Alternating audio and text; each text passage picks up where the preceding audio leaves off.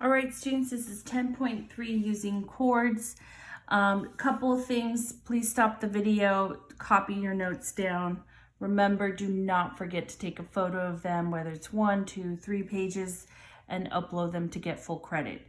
So it is using chords. Remember, if you're given a circle and it goes through the chord goes through the center of the circle, we call that diameter. That means that it cuts the circle into 2 equal parts.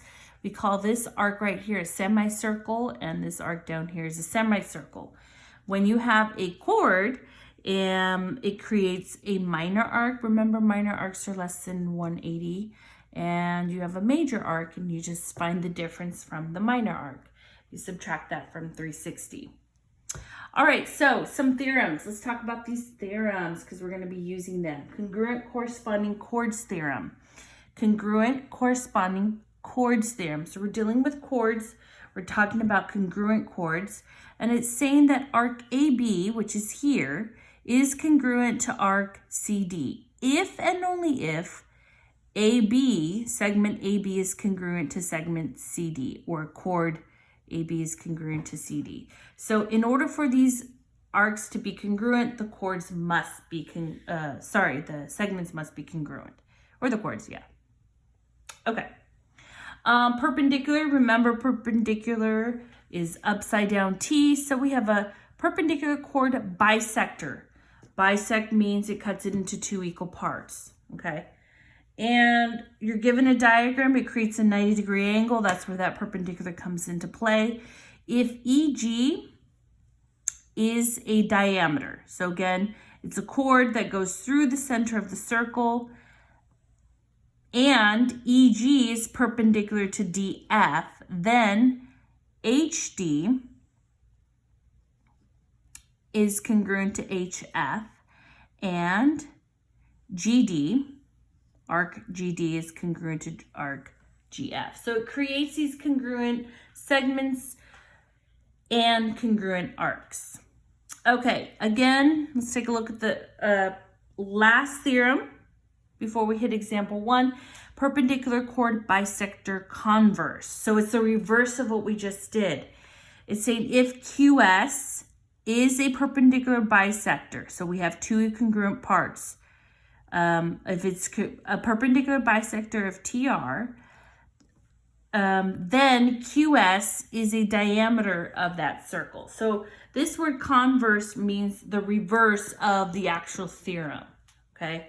It's saying this has to be true in order for it to be a diameter. And that's exactly what it's saying there. Okay, let's jump right into example 1. Using congruent chords to find an arc measure. It says in the diagram, circle P is congruent to circle Q. If you're given diagrams, please draw these. FG, so FG, we're talking about chord FG, is congruent to chord JK. And the measure of arc JK is 80 degrees. Find the measure of FG. So we know a few things. We know that FG and JK are congruent chords, okay? So we have a tick mark there. The corresponding minor arc FG is JK. So, and the theorem that we just learned, the congruent corresponding chords theorem, says that the measure of arc FG is equal to the measure of arc JK, which means it equals 80 degrees.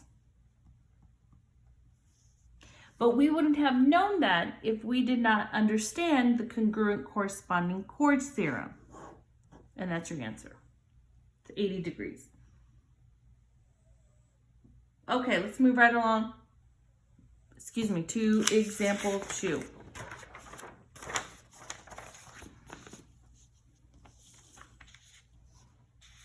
Okay. Example 2 is asking you to use the diameter as a guide. Find HK. Find HK from here to here, this chord. And we're going to find the measure of HK as well. So we're going to find the measure of the arc HK. So we got to figure out, looks like what x equals. Okay. So we know that the diameter JL is perpendicular. Okay, so what do we know? We know JL is perpendicular to HK. It creates a 90-degree angle, okay? And according to the perpendicular chord bisector theorem, that means that JL bisects HK. That means it creates two congruent parts. So what's the measure of HK? If we know that NK is 7, HK is 2 times that segment. So let me write this down. HK is equal to 2 times NK. And if we know that NK is 7, then it's 2 times 7, which gives you 14. So the measure of HK is equal to 14. If this is 7, then this must be 7, and you add them together, and you're going to get HK, the chord HK. And so that's your answer. All right, so now we know that we have congruent parts. Because we have congruent parts, we know that the arcs are congruent. So it's saying find the measure of HK. So find the measure of HK. Well, we have HJ, arc HJ is equal to the measure of arc JK. Once you know that they're equal, substitute. We end up with 11x is equal to 70 plus x. And so you want to combine like terms. Subtract x, you end up with 10x is equal to 70. Therefore, x is equal to 7. Now, we're not done because it does not say find the measure of x. It's saying find the measure of HK. So a couple of ways that you can go about this. You can say, oh, if I know that x is equal to 7, 7 times 11 is 77. If I add 77, you can add 77 plus 77, or you can say 2 times 77, because it's double. Then you're going to get 154. 154 degrees of the measure of arc HK. So this is my answer. The measure of HK. Okay. All right, let's keep going. Let's move on to the last, I believe this is the last theorem. This is this last theorem is okay, but the actual example 3 problem, you're going to have to do some work, and it's going to go back to what you learned in the previous chapters about Pythagorean theorem and so forth. Okay, example 3, equidistant chords theorem says equidistance means it's equal distance. So it's the same distance, and we're talking about chords. AB, this chord AB is congruent to CD if and only if EF is equal to EG. So if we have the same distance or equal in measure congruent segments here, then we know that the chords are congruent to each other. All right, that's going to help us in example 3. This is in the diagram. QR is equal to ST, which equals 16. Let me see, is that CU? Yeah, CU is equal to 2x, and CV is equal to 5x minus 9. It says find the radius of circle C. So the radius, remember, it starts from the center of the circle, and it goes out and stops at the circle, okay? So you can go from Q to C or C to R. That's your radius. It really doesn't matter, okay? And so what's going to happen is we know that CQ is a segment, okay? It's also the radius. So this is what we're going to look for. So I'm just going to draw that, okay? And notice how we create like this, and I'm going to take my highlighter. We create like a triangle here, and that's going to, and that CQ, or you could have drew the line from C to R, and again, it would be the exact same. So the first thing that we want to do is find CU. Let's write that down. Find CU. And we know a couple of things. We know that QR and ST are congruent chords, okay? We also know that QR and ST are equal distance from points from the center by the theorem that we just talked about. So we can say that CU is equal to CV by the equidistant chords theorem. And let's go and substitute. CU is 2x. CV, again, this V belongs here. This Y belongs here in this intersection. So please don't get that confused. Let me actually move that over. This is V. Okay. Is equal to 5x minus 9. And let's go ahead. Subtract 5x. We end up with negative 3x is equal to negative 9. Divide, and you end up with x equals positive 3. Okay, so we know x equals positive 3. We're going to find CU. CU is 2 times x, so 2 times 3, which gives me 6. So the length of C to U is 6. Now again, if I redraw, it gets kind of funky right there. If I redraw this right triangle, let's pretend it's a right triangle, we know that this side length is 6.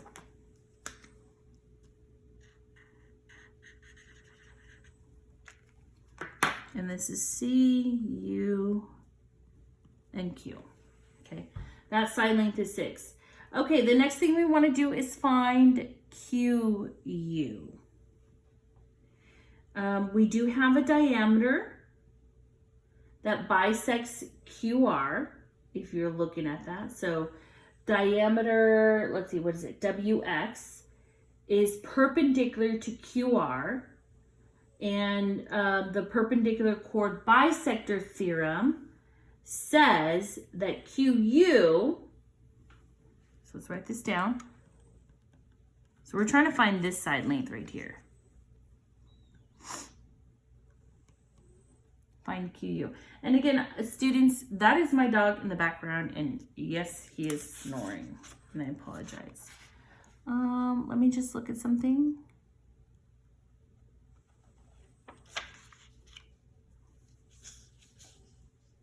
Okay. So we know, remember, we were given some information. We said QR and ST are equal to 16. So from here to here, this chord is equal to 16. Well, if QU, if we have a perpendicular chord bisector theorem, then we know that these are congruent. So basically what we're doing is we're taking half of QR, okay? So, and that was what I was getting to, okay? Remember this right here. QR is equal to ST. So half of QR is QU, which is this side length of the triangle, which means that QU is equal to half QR, okay? And so QU is equal to 1/2 16, which means that QU is equal to 8. Okay, so I'm going to place this number right here. Okay, now what do you notice, students? We have a right triangle. We have two side lengths. I need to figure out what my third side length is. And if you really take a look at this, students, this is not just a leg, it's actually the hypotenuse. Okay, so now we're finally getting to this to figure out what QC is equal to, or CQ, or the radius, okay? I'm actually going to rewrite this CQ. Okay. So we have our, we don't know what QC is, so we can call that X if you like. X squared is equal to 8 squared plus 6 squared. Okay, X squared is equal to 64 plus 36. And X squared is equal to 100. Take the square root. Again, this is a perfect square. X is equal to 10. So if this is 10, if you look back, 10 actually represents the radius. So the radius equals 10. There's your answer. And that's how it should be written. And I think that's about it. Yes, that's about it. All right, students, make sure you take a photo